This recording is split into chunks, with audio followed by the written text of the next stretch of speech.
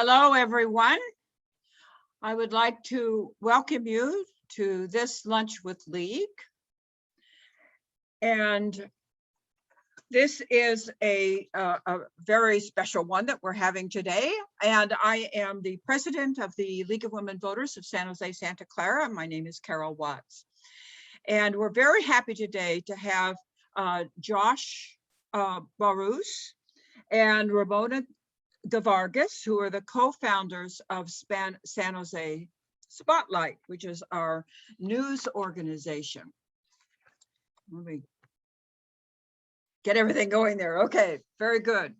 And before I introduce you to them, I would like to welcome any new attendees that we have in our virtual luncheon today. I think we have several guests from other leagues and some non-league members too, so that's great. But first, a few announcements. On Saturday, June the 5th at 10 a.m., we want to encourage all of our members to attend our annual business meeting, where we are pleased to welcome the president of the League of Women Voters of California, Carol Moon Goldberg, to kick off the meeting by talking about how league organizations can work together, especially in our state, to achieve our important goals. Then we will also approve a budget, approve an update to our position on local San Jose governments, which we've been working very hard on, adopt our program priorities for the year, and elect officers and directors. And you can tell us what you think our organization should do for the next year. The following week, starting June the 8th, is the League of Women Voters of California State Convention. This is held every 2 years. So this is the first time it's being held virtually, and I hope it's the last time. The bad news about the convention being virtual is that your 4 delegates will not travel to another city in the state and meet with lots of other really interesting league members for caucuses and workshops in the business meetings. The good news is that all of you can sign up to attend some sessions. I will put the link into with the information about the convention, which includes how to sign up, and it lists all the meetings and all of the subjects into the chat, so you will be able to get that.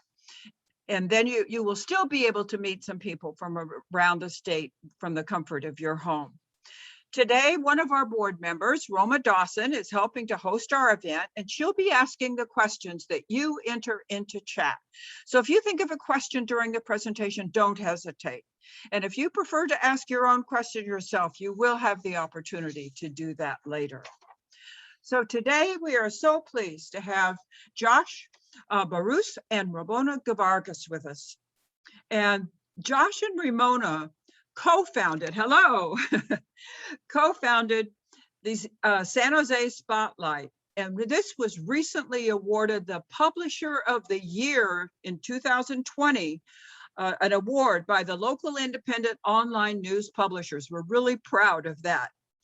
Both of them are native to San Jose, and they are married with a 13-month-old daughter, whom they hope may not interrupt too much during this meeting, but she's around there someplace. Josh is San Jose Spotlight's Director of Development.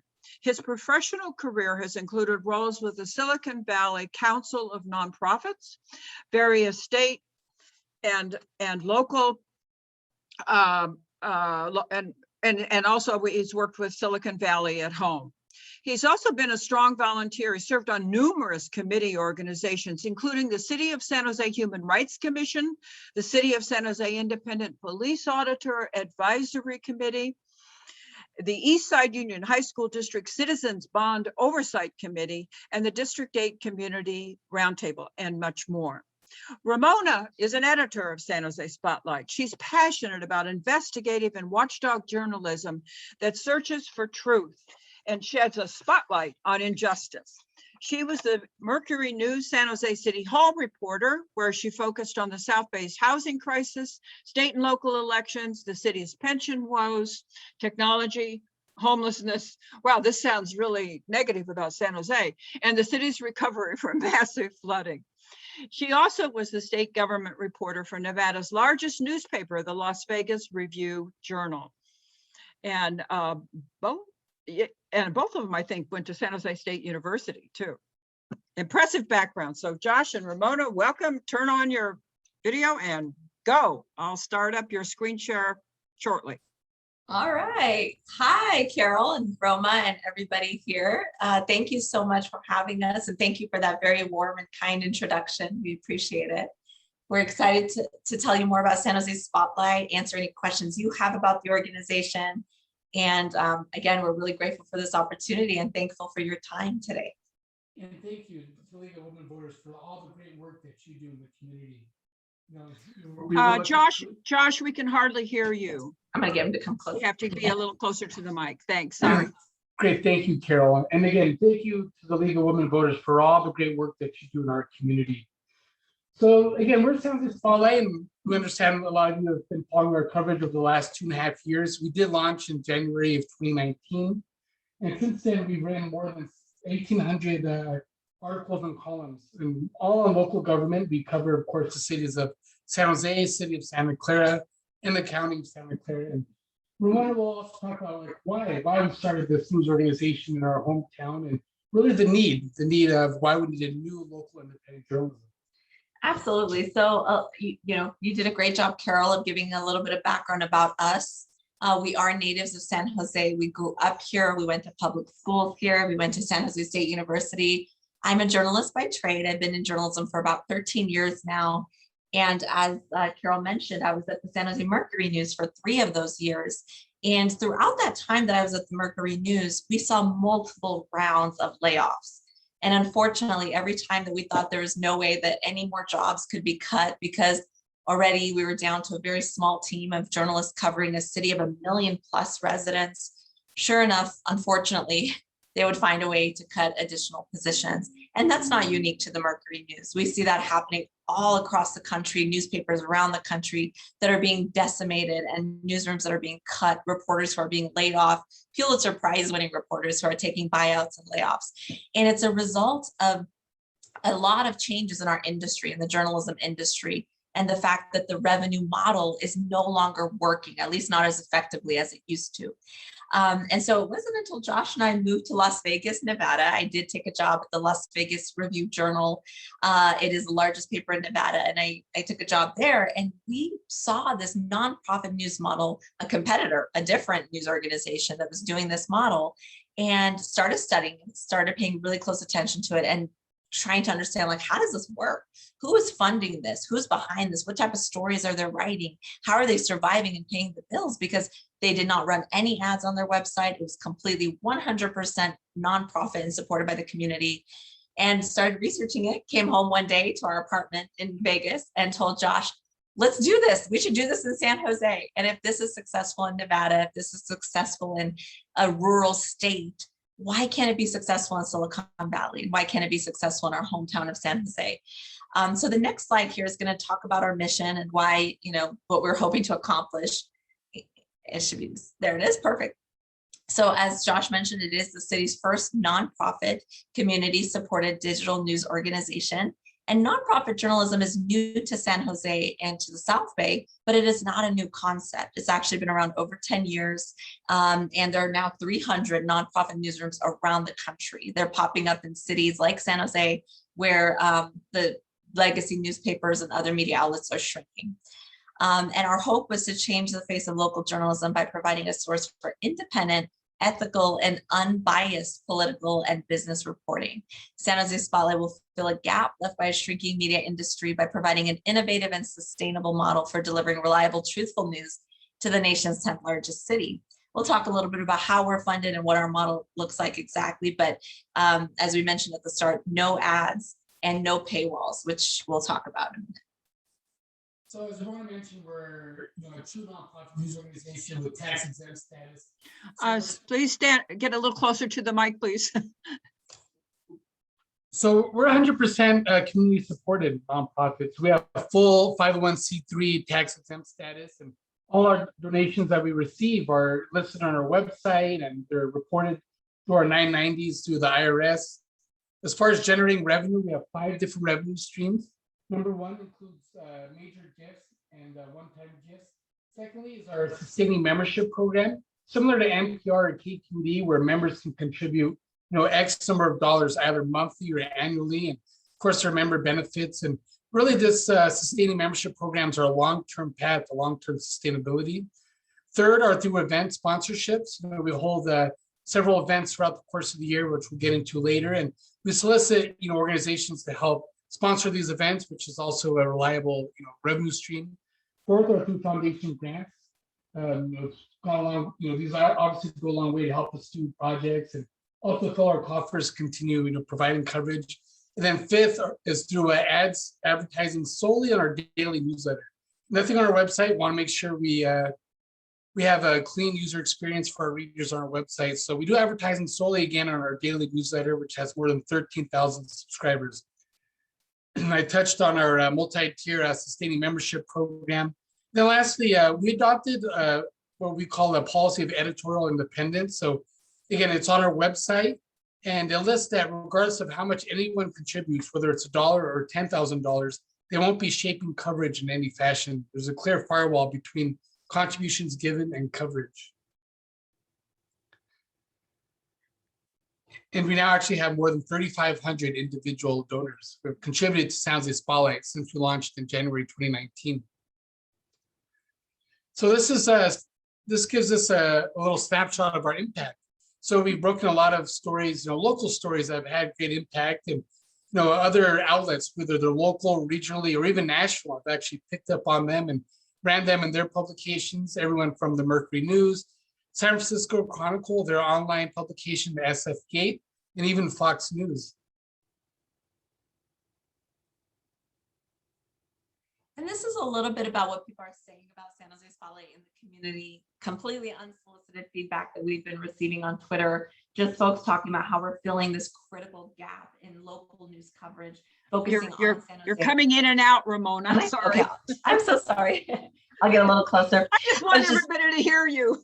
Yeah, no, I appreciate that. Is this a little bit better? Mm-hmm. And I'll try to make sure I project. So this is a little bit about, how we've been received in the community. This is some unsolicited feedback that we received from folks on Twitter about our coverage and the gap that we are filling in San Jose. Again, we are focused on hyper-local journalism, so San Jose and Santa Clara County. And we look at everything from the lens of policy, politics, and government. That's our niche, and we'll talk a little bit about how we're elevating voices of the underrepresented communities when we talk about politics, policy, and government. Next slide. And in addition to being a news organization and obviously publishing 5 news stories every single day, we are also doing many other things to reach our audiences and to find readers where they are. We actually just learned that we won an award for a column called In Your Backyard. So it's an award-winning column where we feature the voices of homeless residents. These are real homeless residents who either are currently homeless or formerly homeless, and they write a monthly column about what that's like and what their experience is in Silicon Valley. And so that is something we've done that is very unique. It's never been done before, and it allows us again to represent and elevate voices of people who are not traditionally heard. We have a translate tool on our website, and it allows us to translate all of our stories into Spanish and Vietnamese. Again, knowing how diverse our city is, it was very important to us to be able to reach those audiences. And we've made deliberate attempts to diversify our newsroom. I myself am a woman of color, I'm an immigrant, and it was so important to me that those communities are heard in our news organization. So we've hired reporters who speak Vietnamese. We've hired reporters who speak Spanish, and that was a deliberate, effort on our part to diversify our newsroom. And this translation tool is another way to reach those audiences. We also have a podcast. It's a weekly podcast called The Podlight. It digs into politics, policy, government. It recaps what happened, the biggest headlines of the week. We are texting our news. So we have a texting campaign for hard to reach communities, folks who may not have internet access. We're able to text the news to them. And finally, we have a mobile app on both the Apple Store and Google Play. And it's a state-of-the-art mobile app that allows you to, again, get our news to your fingertips faster and in a more convenient way.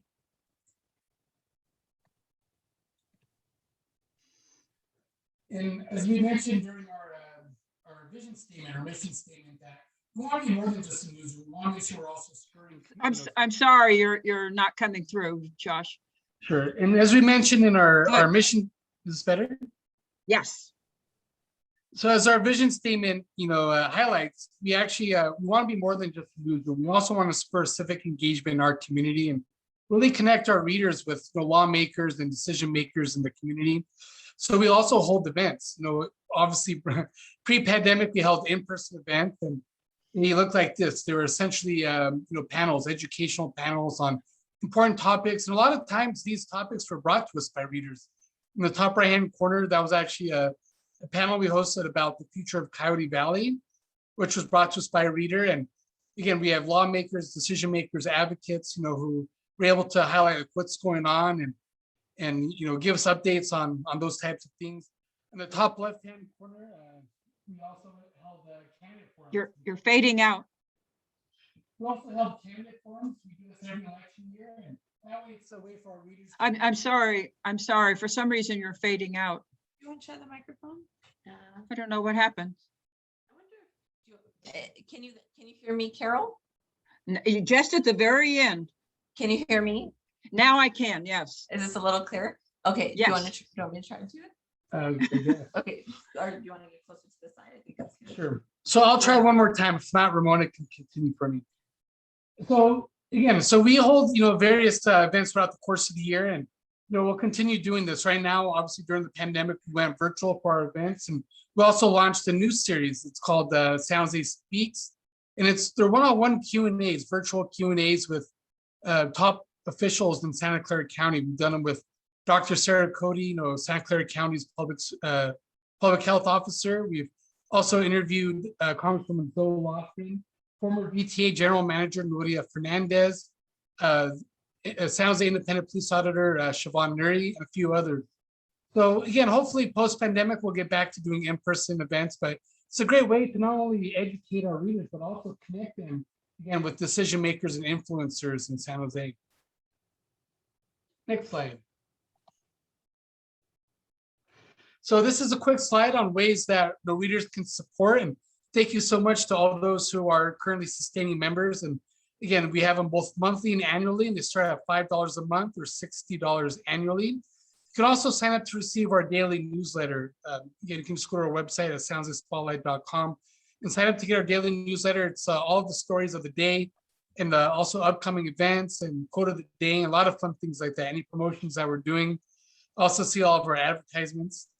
You can also sign up to receive story links, alerts, and updates by signing up for our text alerts via subtext. You can just follow that link there. And lastly, there's an issue that's very important to you. Make sure that you send it to us by penning an op-ed. Pen an op-ed and send it to us. You can send it to Ramona or any of our editorial team. And yeah, we'd love to hear from you. This is your newsroom.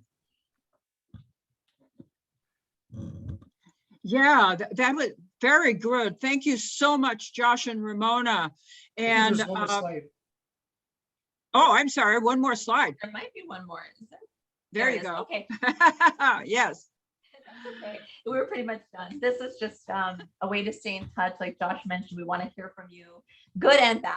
What are we doing well? What are we not doing so well? What should we be writing about? We really want this to be a two-way conversation with our readers. So there's our website, our emails, and then of course our social media handles as well. And we're happy to answer any questions. We apologize for the audio problems. We'll try to stay as close as possible to the mic here, but thank you so much. Yeah, thank you so much, Josh and Ramona. I have a copy of these slides, and I will make sure that the people who attend this meeting will get all of the email addresses and how they can contact you, so that we can do that.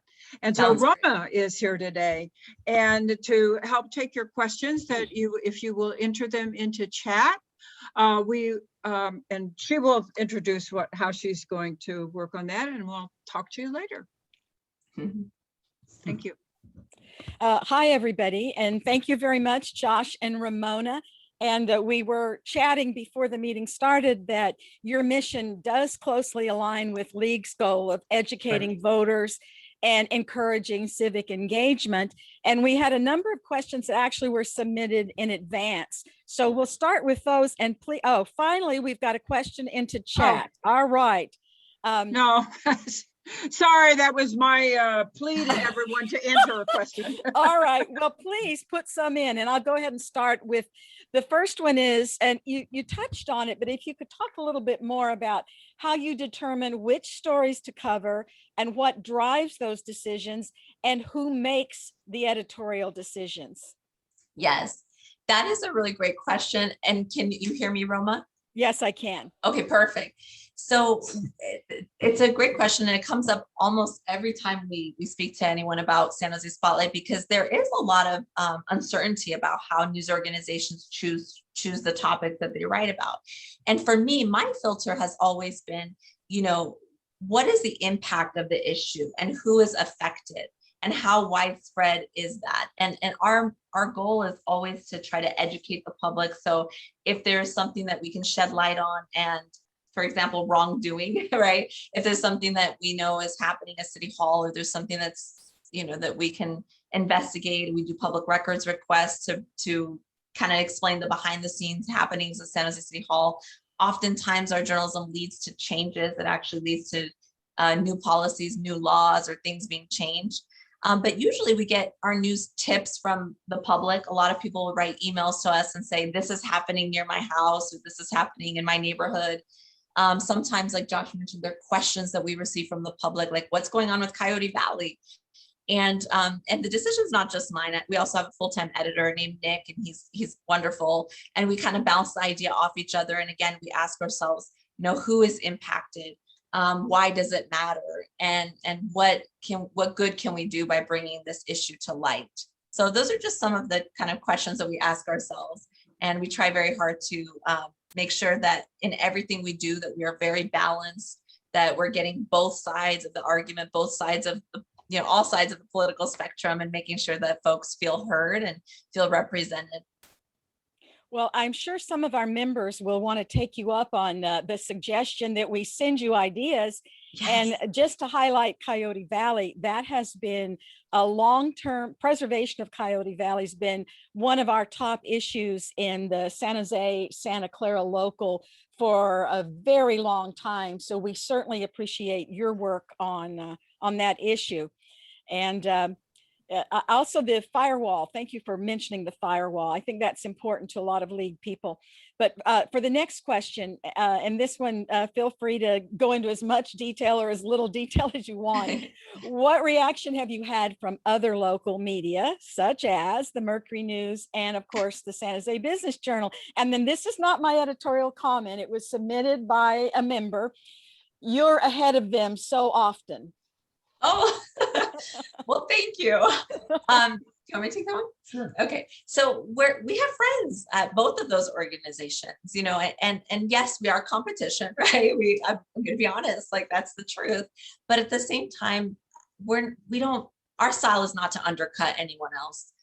If they get a big scoop or they win an award, we're happy for them. We're happy for them in the same way that I think, and I hope that they're happy for us, because I think there's enough here in Silicon Valley and in San Jose that there's room for all of us. There's room for San Jose Spotlight. There's room for the Mercury News and the Business Journal and Metro. I think we're all doing different things and we're all doing great things, and there's room for all of us. So our goal was never to replace them or to push them away. It was just to fill what we believed was a gap in local news coverage. So it's really nice to see that some of the coverage in the Mercury News has they've attributed to us. So if there's ever a story that we've broken first, they say, according to San Jose Spotlight, or as first reported in San Jose Spotlight, this thing happened. And that's really, really great to see, because it's just a sign of professional journalism that we give credit, where credit is due. And we do the same thing to them. We give credit if they've got the story first, or if they have an exclusive that we don't have.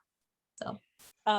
Thank you for that answer. And then I mentioned that we're the San Jose Santa Clara League, and we also cover Milpitas and let's see, Gilroy. I may have forgotten a city or two.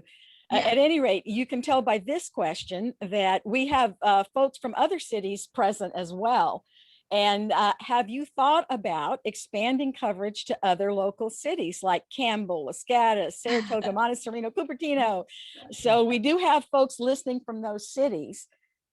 So would you like to comment on that one? That may be a bit of a challenge. And they're also asking if you would cover city council meetings in some of those cities. Great question. I noticed somebody also asked the same question in the chat box. So the answer is yes, we actually plan to extend our coverage, cover other cities in Santa Clara County. There's been a huge need, incredible need, especially over the last few months. We've kind of on our sea legs. People are asking, there's so many things going uncovered in Cupertino or Los Gatos or South County. So luckily we had a reader actually reach out, and he was able to provide an investment, a small investment to help us hire a reporter to help cover some cities in the West Valley, like Los Gatos, Saratoga, Campbell. So we'll start there, and eventually, again, we hope to cover other cities in Santa Clara County, and long term, hopefully cover the whole Bay Area. We hope to have a reporter up in the Capitol Bureau in Sacramento to cover our delegation, our Silicon Valley delegation at the state capitol, and see where we go from there. But yes, it's definitely in our plans to expand our coverage and cover other cities and cover their city council meetings or school board meetings. Any neighborhood meetings that are important to our readers will definitely be there. Well, you have the question on chat was submitted by the president of what's called a League of Women Voters Southwest Valley, which includes Saratoga and some of those cities. So you do have the president of that local listening to you. Hi. Hi, Eleanor. To work with you. And there's also a question too about school boards. You just mentioned school boards. Could you talk about that a little more? Obviously, we have some in San Jose that get quite a bit of attention because of their controversy, but are you interested in looking at school boards? Yes, this is a really great question because it has come up before in terms of our education coverage, and we recognize that that is a gap. Like, we're not doing as much education coverage as we wish we could do and that we want to do. So we've been talking with a couple of other news organizations on how we might form a partnership, other education news organizations on how we might form a partnership and use both resources from their organization and ours to do more school board coverage. And like you said, Roma, not just the controversy or the civil grand jury reports, right? But actual day-to-day coverage of what's happening, because these decisions are so important. And it's an area we're looking to do more work in for sure. Well, we had another question submitted in advance that was basically asking if you would be willing to do updates or the word brief was used, a briefing on, and this questioner mentioned San Jose City Council and the Santa Clara County Board of Supervisors. So I think they're looking for maybe just a summary or something. If that questioner is here, feel free to elaborate in chat, but if you could maybe answer that. Absolutely, yes. So we do a lot of coverage of both of those, Santa Clara County Board of Supervisors and San Jose City Council. So what we do now typically is we have a reporter assigned to each of the two, legislative bodies. And essentially they go through the agenda. It's usually released with San Jose City Council like 10 days before.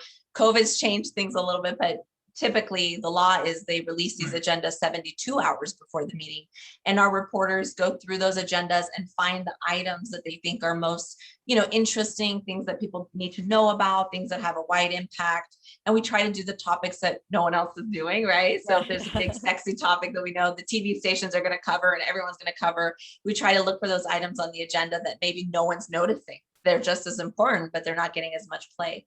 And we write a preview story, what we call a preview story. And it's basically a story before the meeting saying, hey, this is happening. This is what's, they're talking about. Here's how you can make your voice heard. Here's how you can make a public comment. Here's what's at stake. Here's both sides of that argument. And then the day of the meeting, we actually cover that item again. And then we update our story to let readers know that that item passed or didn't pass, or here's what happened at the meeting. So we are doing that. We're doing it on specific items. And then we try at the bottom of every story related to meetings, public meetings, to include links so people know where they can watch the meeting themselves. And we wrote a little guide letting readers know how they can get involved with the meetings, to make public comment, to be heard, to have their voices heard. Because like we mentioned, a big part of what we do is civic engagement. We want people to not just read about what the government is doing, but also figure out ways that they can get involved and that they can make their voices heard. So I don't know if that answers the question. We're looking to do more of that coverage, but definitely those are two bodies that we pay very close attention to. Thank you. And I know that I'll just add my own comment is I truly appreciate the sort of looking forward stories that you do to alert folks, because it is a real challenge to monitor all these different council agendas and figure out what's going to be discussed. So I particularly appreciate that. And here's kind of a fun question that those of us that have hung out at City Hall will appreciate. Who, if anybody, occupies the press office in the City Hall? That's so funny. It's funny because I think Sarah is on this call, and she is the lovely wife of the wonderful, famous Scott Hareholm. Oh. And he was a columnist at the Mercury News, and my dear friend and mentor. And back in the day, it was Scott and I who occupied that little press office. Yeah. We were there together for about 3 years. It was so much fun. Probably one of the best times of my entire career, because it was just us. It was just me and him. So today, my understanding is it's occupied by no one. And when we first launched, we actually approached the city about maybe San Jose Spotlight taking over that office. You know, we asked, how much is the rent? Can we afford it? Right? Is this something we can do? And we were informed by the city that they've decided to no longer use that for media. They're now using it, I think, I don't know what it is. Maybe it's like a storage room or something, but Yeah. Unfortunately it's empty right now. And I don't think it's going to be occupied by reporters anytime soon. Well, let me say hello to Sarah Janigan, and I'm thrilled you're on this call. And Hi, Sarah. many of us have admired Sarah for decades. So Okay. hi, Sarah. Let me go to the next question. This is from somebody, Gloria, who has a background in journalism. Does Spotlight have the capacity or the ability to do the kind of rigorous investigative reporting, depth, richness that newspapers have historically done? Yes. Can I take this one? I love this question. This is my favorite one because yes, yes, absolutely. You know, when we first launched San Jose Spotlight, a big part of what our goal was to get readers, right? We were brand new. Nobody's heard of us. We're a brand new concept. So we were writing a lot of stories. We were publishing lots and lots of stories because we were just trying to build our brand. We were just trying to build recognition. We were just trying to find readers, right? Now we're finally at the point that we have enough readers that we were able to stop covering kind of the run-of-the-mill press conferences, press releases, the stuff that we know everyone else is going to cover, right? We're able to take a step back and give our journalists some time and energy and resources to be able to do those bigger picture stories, those investigative stories. Because as you mentioned, Gloria, those stories take time and they take money, right? This isn't cheap. Good investigative journalism isn't cheap, but we're investing in it. We actually are in the process right now of hiring a senior reporter, and it's someone we have in mind who has a lot of investigative experience. And recently we've been doing a lot of big investigative stories. You know, we did one about lobbying and who the top lobbyists in the city are. And we did one about, you know, how a certain person who was close to the mayor was doing some lobbying and he won an exemption for his company. And those are just a few that come to mind, but we're looking at doing more of that because I think that's how we set ourselves apart. I think that our community is craving that type of journalism that, like you said, back in the day, the newspapers would do because they had the time and resources. And now we're really putting a focus there. So you'll see more of that type of reporting from San Jose Spotlight. Well, I think many of us greet that with a great deal of excitement and anticipation, because that's definitely the kind of thing League likes to follow. And just as a follow-up, we had a question submitted in advance that asked what kind of reaction you had from nonprofits when you did the story about the salaries of people running nonprofits. So maybe this is a good time for that question. Yes. Well, I'll be honest, some were not happy. I'm very honest. They were not happy. And I did feel some angry phone calls, But, I tried to explain that, this is public information. We didn't disclose anything that's not already there. This was all information that could be gathered from looking at public tax documents.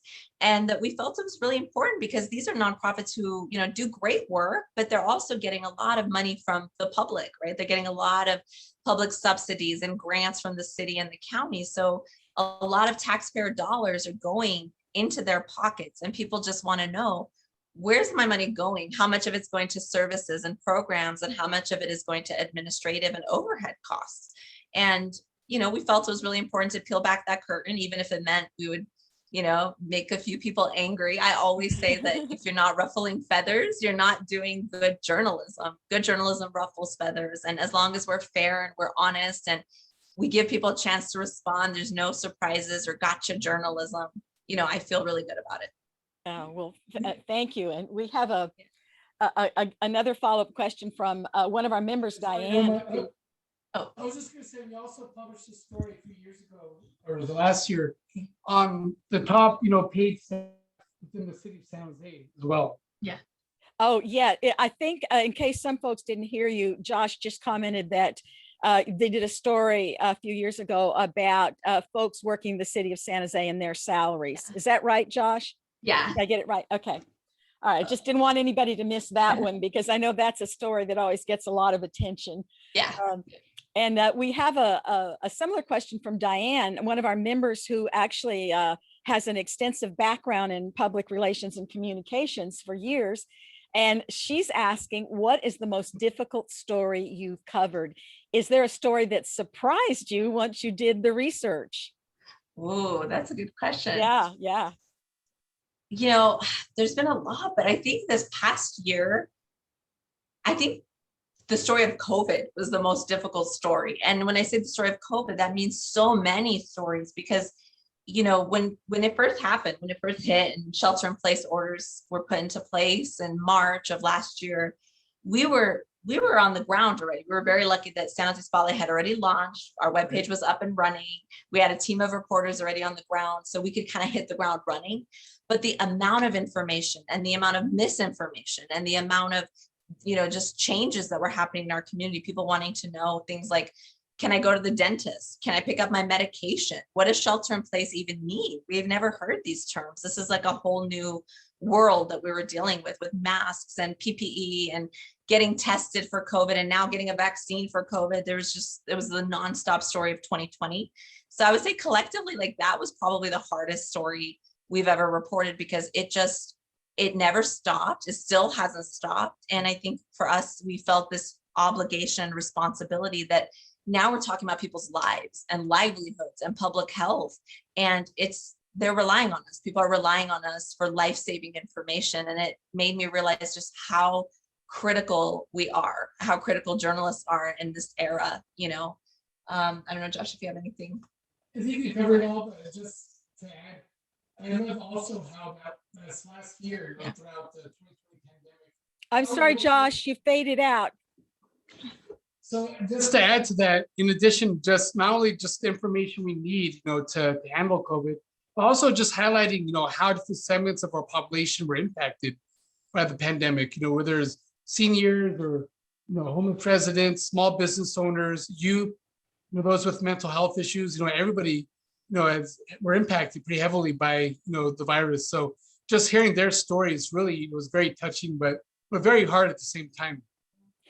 I suspect some of the questions we're asking related to expansion of coverage probably depend on the success of your financial model. Is that a good guess on my part? Yeah, it takes resources. Absolutely, yeah. So now we're in our third year and our annual budget is about $550,000. Ideally, we want it to about $1 million. So we're about halfway there. So I think to be fully sustainable and, build the capacity we want, to cover all those communities, we'll get there hopefully within the next 2 to 3 years. Well, here's another capacity building question. And you mentioned that your paper can be immediately translated into Spanish, Vietnamese, and can it be translated into Chinese, since that's a very large population, particularly on the west side of San Jose where I live, and then some of the smaller cities surrounding San Jose. Have you thought about that? Yes, absolutely. Thank you, Eleanor, for that question in the chat box. And yes, absolutely. It's a tool that our developer built, and we invested in that tool. And I don't think it would be very difficult to add additional languages to that tool. So it's feedback that I will take back to the developer and see what we can do to try to make that happen. Well, Absolutely. here's a follow-up question that was submitted in advance, and then I'll go back to chat. And I suspect it's touching maybe on the financial part. It says, what are your limitations? In terms of financial limitations. The question is just that, what are your limitations? So I'm taking it as very broad in scope, any way you want to address it. Real quickly, yeah, so as we mentioned in our presentation, we're 100% community supported. So when it comes to, to building capacity, just comes to funding. Like Ramona said, we want to make sure all of our stories are accessible, that they're free and accessible to all our readers. But there's a cost associated with producing those stories. To pay either one of our staff reporters or a freelance reporter. We got to maintain our website, and the more page views we get, that requires more plugins and more maintenance of our site. So in order to pay our web developer. So I think it's just the chicken and the egg. If we want to expand and continue producing good journalism, just comes with being able to attain more funding. Yeah, we want to be everywhere. We feel that limit. We feel that limitation as well, because almost every day we hear from people, oh, I wish you were in Cupertino, or there's something going on in Palo Alto no one's writing about, or Milpitas, you should take a close look at Milpitas, right, or Los Gatos. We hear it every day for almost every city. And we want to do all of that. We want to be there. But like Josh said, we also want it to be sustainable. We also want it, the saying is, right, you crawl before you walk before you run, sort of thing. We didn't want to grow so fast that we can't sustain that. So we're being very thoughtful about how we grow and what our limitations are right now, and hopefully what we can, do in a responsible way in the future. Well, we have a question about your revenue model in chat, which you've touched on, but I'll just add the rest of Gloria's comment. I hope you're doing well enough to pay journalists and we'll be able to continue. And I think you said you're about halfway to your goal. What kinds of things would you add if you are able to get to that 1 million, if you're able to double your revenue? Do you have a sort of a list of priorities? Yeah, absolutely. So for instance, so right now we have a full-time editor, 2 full-time reporters, and we're interviewing for another senior reporter. And of course, Ramona and I as part of the executive team. Ideally, we want to hire on a few more reporters, and also at least 2 to 3 staff to help on the development side. What they call like audience growth specialist or a director of development, help us, grow our fundraising program, make sure that they're expanding all 5 of our revenue streams.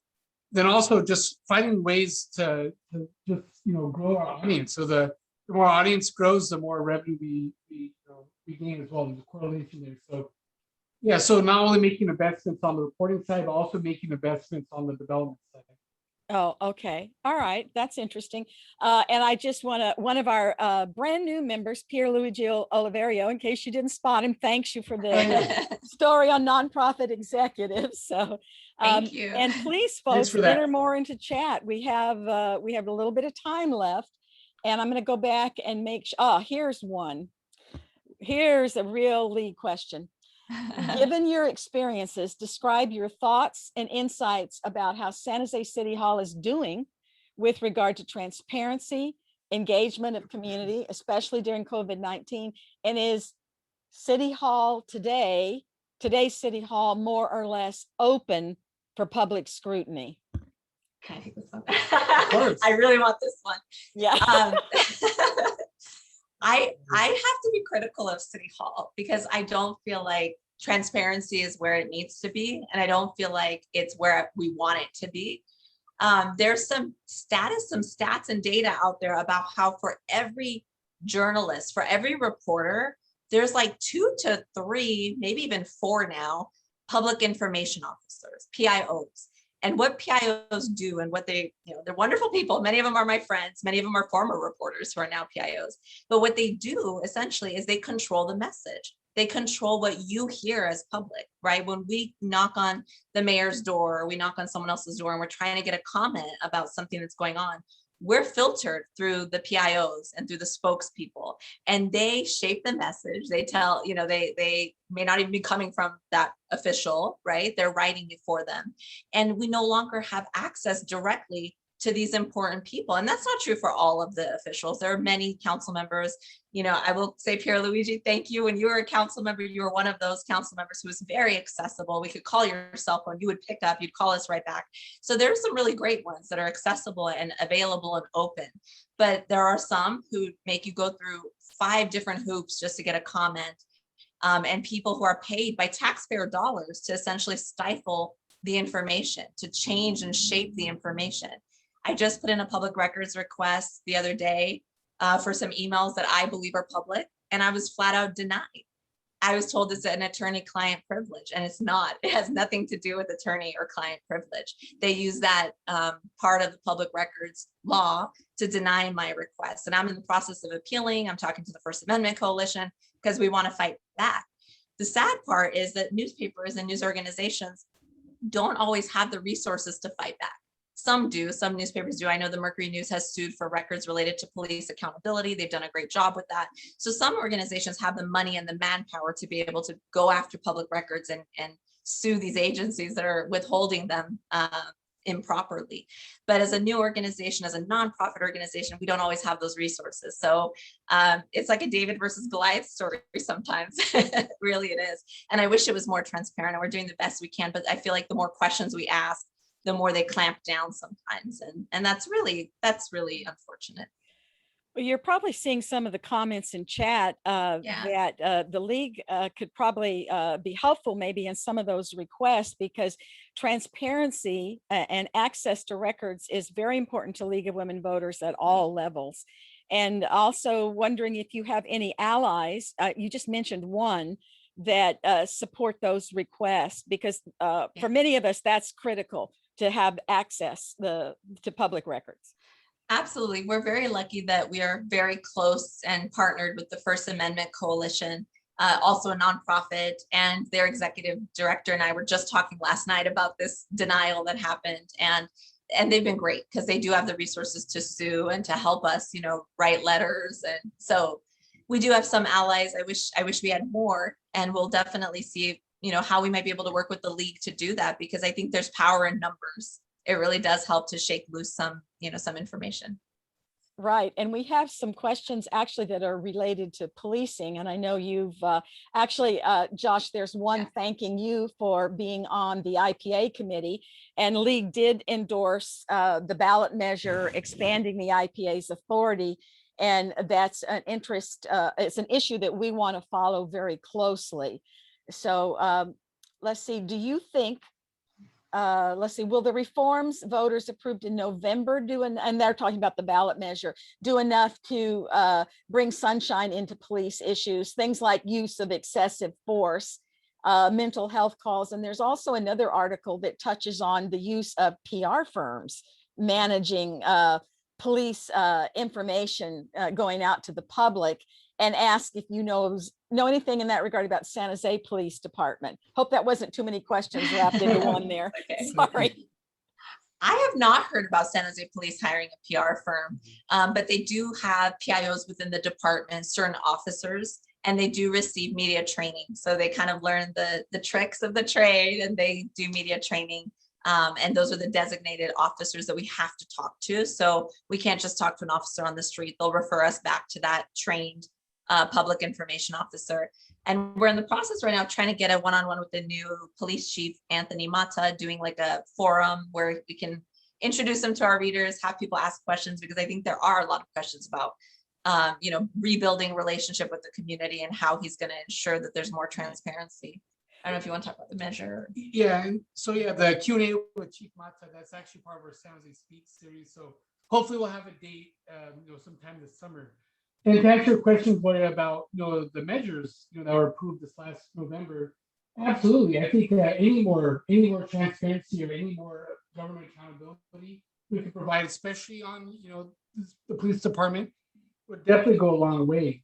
To ensure that The harsh reality is that, there aren't enough resources. It comes down to capacity building that, are there enough, resources out there that really hold, Mhm, mhm. government departments, especially the police department, accountable? And any kind of, any type of more sunshine or accountability measures definitely go a long way in helping, especially citizens in the community, that they can come forward and file a complaint and they know exactly where to go to. And there's expanded powers within the IPA's office. I think it goes a long way in making sure that we have those checks and balances within our local city government. Mhm. Well, our league's action committee actually identified, following the reimagining of the police department. I know it's got another name now, but that's an issue of great interest to us that our action committee wants to follow. So Mhm. please let us know if we can be helpful at all in anything, getting the police chief available to answer questions, because we're very, very interested in that. And I want to get to the point fairly soon where we see if anybody wants to raise their hand. But I do have, I'm scanning chat to see if I missed anything. And I did find one that asked about your readership, or essentially the size of your audience. Yeah, that's a great question. So when we first launched San Jose Spotlight, we started with a couple thousand readers, and they were all like insiders. They were all like City Hall insiders. Right. Everybody on the 18th floor, right? That's Right. what was reading us, and that's great. But that wasn't exactly what we wanted. We wanted to expand beyond just inside City Hall. We wanted to reach the public. We wanted to reach residents. The idea here was we want to explain policy, politics, and government in a way that makes sense to everyday people, and to tell those stories from the perspective of real people rather than just the lawmakers and the decision makers. But how does this impact real people and their lives, their wallets, their kids, their families? So I think that's really worked, because now our audience is about 500,000 readers per month. So about 500,000 readers every single month. And from the start date, we've had about 4 million readers. We've had about 13 million page views, which is basically Wow. clicks, how many people are clicking on our site. So Wow. yeah, really excited. Thank you. That is very exciting. I would not have guessed that. Congratulations on a number that high. Thanks. We did have another question, and it's related to policing, but it's asking, in addition to San Jose PD, are you also pursuing the ongoing saga of accountability with the sheriff's office? Yeah. Yes, we haven't done as much with the sheriff's office, to be honest, but yeah, it's something we're looking at. And there's actually a story now that we've been kind of digging into, and it has a little bit to do with how with the jail reforms the sheriff has talked about for years. It's a story about, deaths in jails and how those are handled, and the transparency or lack of transparency when it comes to an inmate who dies in custody. So there's definitely more to do there. As you know, politically, she's been untouched for a long time. So there's a lot of power there that, has gone unchecked for a lot of years, even though people are writing about it and trying to hold her accountable. So I do see us doing more of that. Great, thank you. And we have a question from Marie Arnold, who is a model of civic engagement, by the way, neighborhoods commissioner, and you probably know Marie. She wants to know, when are you going to have a party at a San Jose downtown bar? And the last one was a lot of fun. So now with COVID, now that we're all coming out of our hibernation, are you thinking about doing more of those? Yeah, absolutely. Hi, Marie. Thank you. Thank you again for all your support of San Jose Spotlight. Yeah, absolutely. Once again, the things are reopening. We'd love to get everybody, all of our supporters back together and really give them an update on what's going on, and really just hear from you. Hear like what stories are important to you and what you've been liking about our coverage, what we can improve on, and just be great to get together and celebrate again. Well, thank you. And I'm looking forward to that, since I'm now vaccinated and ready to go. Yeah. That'll be fun. Hopefully by this fall sometime. We have a question from Martha Beatty, who, by the way, is our state league resident expert on transparency in government and government access. And Martha's asking, have you heard anything about the downfalls of the Privacy Act passed in November? And she's commenting, to her, it was a step backward. I have not. I'm sorry. I'll be honest, Martha, I have not heard of that. It's something that I'm going to note so I can do a little research and see what I can learn. I don't know, Josh, do you have any background? No, unfortunately not. Thanks for bringing it to our attention again. Yeah. It'd be great to learn more. Martha, if you're there, do you want to raise your hand and talk more about that? We have a few minutes. CCPA. The Privacy Act, is that the state one? I think that's what she's referring to. The And- California Consumer Privacy Act. Oh, yeah. Pierluigi just said CCPA. Okay, I don't see Carol. I don't see Martha raising her hand. So we've got just about 5. There's Martha. And I think we might have one time. Oh, Martha, Carol, can you recognize Martha? I think She I'm did. unmuted. I'm unmuted. Okay, you hear go me? Martha. Yes, go Martha. Okay.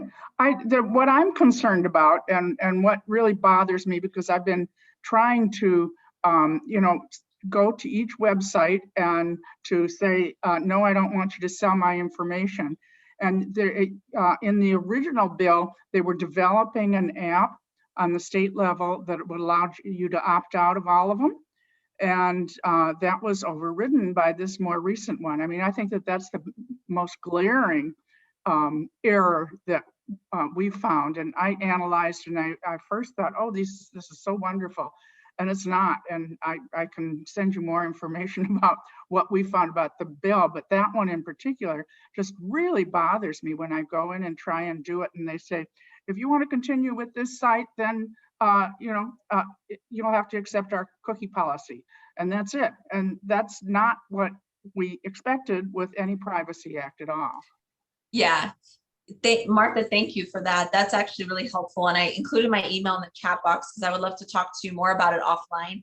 I know we dealt with this a little bit from the perspective of our website and how we track people, what information we collect, and what we learned and what we did. And this is currently the situation, is that if somebody opts out of our cookie policy, it should not stop them from being able to access anything on the website or to use the website or to become a reader or anything like that. Everything is open to them, regardless of whether they accept the policy or not. And I know some websites make it sound like you don't have a choice. Like you have to accept the policy if you want to browse the site. And that's not us. Like you can opt out at any time and there's no, and we also post our privacy policy. We explain like how any information that's being tracked, how it's being used, for what purposes. We don't sell to third parties. I mean, this is a real concern. And I know a lot of websites have kind of shady practices when it comes to that. So Well, thank you. Thanks, Martha. We're just almost out of time.